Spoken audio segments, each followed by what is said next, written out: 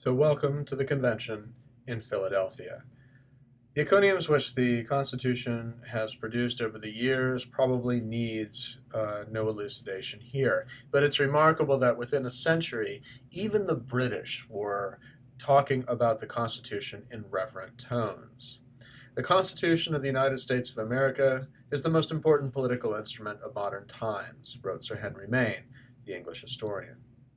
The American Constitution is the most wonderful work ever struck off at a given time by the brain and purpose of man. Sir William Gladstone, Prime Minister, writing in 1878. This praise for the Constitution and for the founders appeared universal a century after the Constitution had survived a rocky rollout, tense middle years, and even civil war. We know now how the road to the Constitutional Convention was paved with political crises and a contest over the soul of the American Revolution. Now we must consider the men who brought it about. They were forward-thinking men, no question, flesh and blood too, as we will see. But they were not of a single mind. There was no convention brain, as Gladstone's beautiful phrase suggests. There were instead a number of different people with different interests who arrived at the convention. The very idea of a convention is worthy of some exploration. The idea of a constitutional convention was quite new, of course. The first ones came about in 1776, but not every newly independent state would hold one. Sometimes, of course, the legislatures acted as constitution makers. Regarding the Articles of Confederation, distress over their nature and their weaknesses was evident during the war, even before they had been formally ratified in 1781. After that, their deficiencies were obvious to some, James Madison for instance, and proposals for their wholesale modification were made. The Virginia legislature took the initiative. In the old revolutionary tradition inspired by the Committees of Correspondence, Virginia communicated to the other state legislatures in January of 1786 to appoint commissioners to meet in September in Annapolis and consider the question of Congress's power over commerce. But only 8 states agreed to meet, and only 5 of those 8 bothered to actually send delegates. The delegates who did arrive were forward-thinking and anxious to make the most of their meeting, rather than simply adjourn. They proposed themselves that another convention should meet at Philadelphia the following May, and that it explore an expanded agenda to consider the Article's defects as a whole. If the Annapolis Convention proved anything, it was that most states were reluctant to engage in remaking the United States. If there was a dominant vision of republicanism during this time, it tended to regard vigilance as the main means of survival. Following Montesquieu, the famous French philosophe who had made a study of the British constitutional monarchy, it was believed that in order for republics to succeed, they had to be small. This was because, in the tradition of Republican thought, the main enemy of republics was corruption. Corruption eventually turned aristocratic republics into oligarchies, monarchical republics into tyrannies, and democratic republics into anarchies. Whatever the degenerative process, corruption was the symptom. In order to maintain a republic from being grabbed by oligarchs or tyrants, it was necessary for people to maintain vigilance, to have a close watch over the people who governed them. This is one reason for the maxim, where annual elections end, tyranny begins. Annual elections kept the representatives close to the people. So too did instructions given to the legislators. And most importantly, a small republic made it possible to keep that close watch close. The capital, for instance, was never supposed to be far away. So too were electoral districts to be small enough that one could watch over the people who were elected. This small republic theory was an offshoot of what historians call the classical Republican tradition. It was enormously influential in Republican America, and it was embraced by virtually everyone. And notice here, I'm showing you 2 slides that actually show you differences. Vigilance in classical Republican theory, as you can see here, that helps move towards perfection.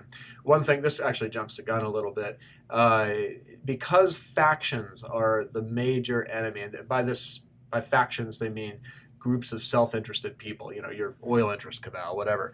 In any case, factions are supposed to wreck republics by being able to get control of government. So one of the things that Madison works on during this time is trying to figure out how to put faction against faction. He has this wonderful phrase in Federalist 10 about making ambition counteract ambition. And it's worth thinking about this right now, that within this classical Republican theory, Madison starts making some very creative leaps about precisely how a republic can survive the inevitable degeneration into tyrannies. Now, all of the founders were Republicans, but there's not just one kind of republicanism. And I'm going to talk here about another kind, separate from classical republicanism. If we begin with Thomas Hobbes, Samuel Pufendorf, and John Locke in the 17th century, a strain of political thinking began to endorse contractual premises for government. This was a method of thinking that changed the basis of authority from tradition and from custom and usage, recall that this is a central part of the British Constitution, to thinking about rights which were fundamental to human beings.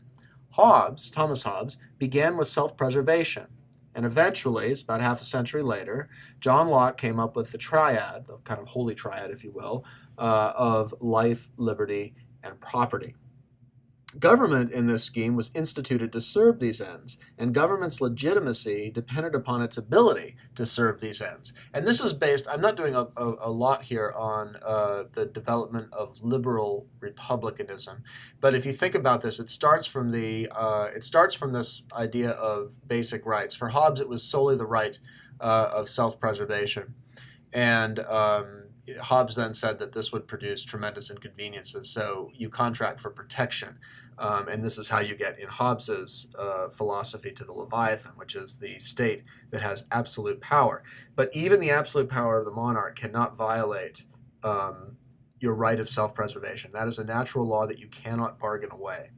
And one of the things that Locke and Pufendorf began adding to this is the idea of the law of sociability. And the law of sociability, when you put it into contractual premises, actually increases the number of natural rights that you cannot bargain away. This is where we get life, liberty, and property as natural rights.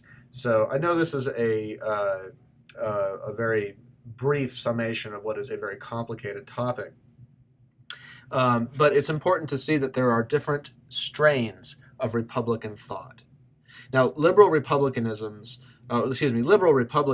were worried about corruption as well. They just simply didn't share the pessimism of classical Republicans. They tended to believe that society naturally ordered itself, that the purpose of government was limited in nature, and in fact, that it was, easy. I mean, this is another thing about liberal Republicans. They stopped thinking that order is difficult to achieve, that it can in fact be achieved the less you do. These are very radical thoughts in the 18th century, and they go against a Republican tradition which was much older than any of the particular thinkers themselves.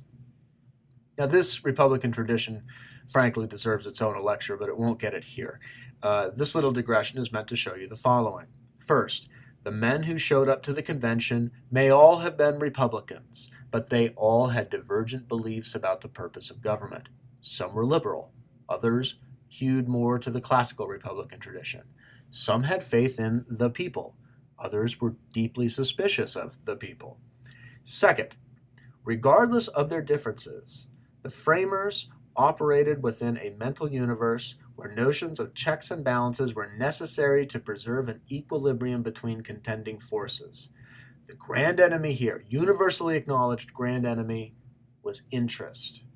When government was put to self-interested ends, then it had been corrupted, and a corrupt government, of course, was bound to fail and fall. Third, the fear of corruption generally militated against big government. Not big government, by the way we think of it today, but rather against a large imperial system.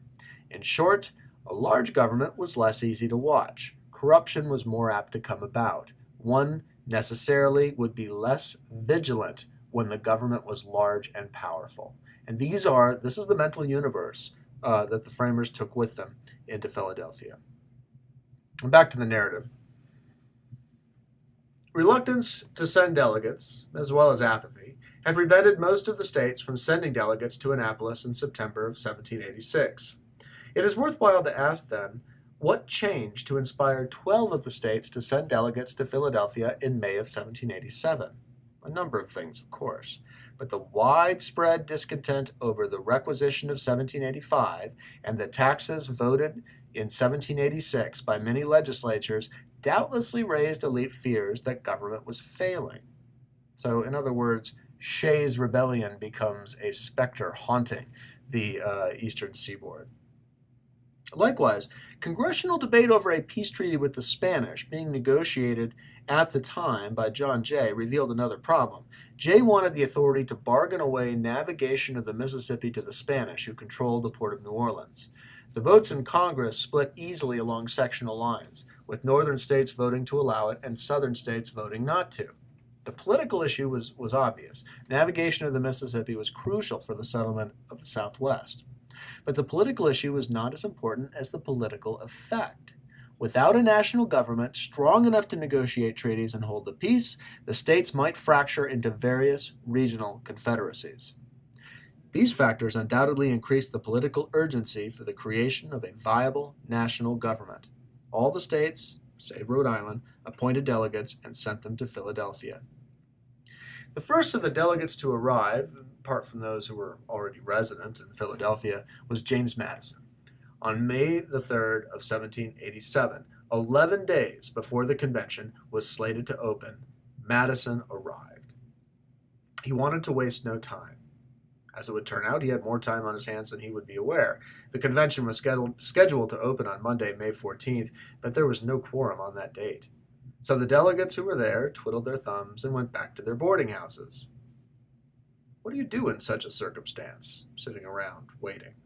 Well, Benjamin Franklin, Philadelphia's philosopher at large, planned a dinner party.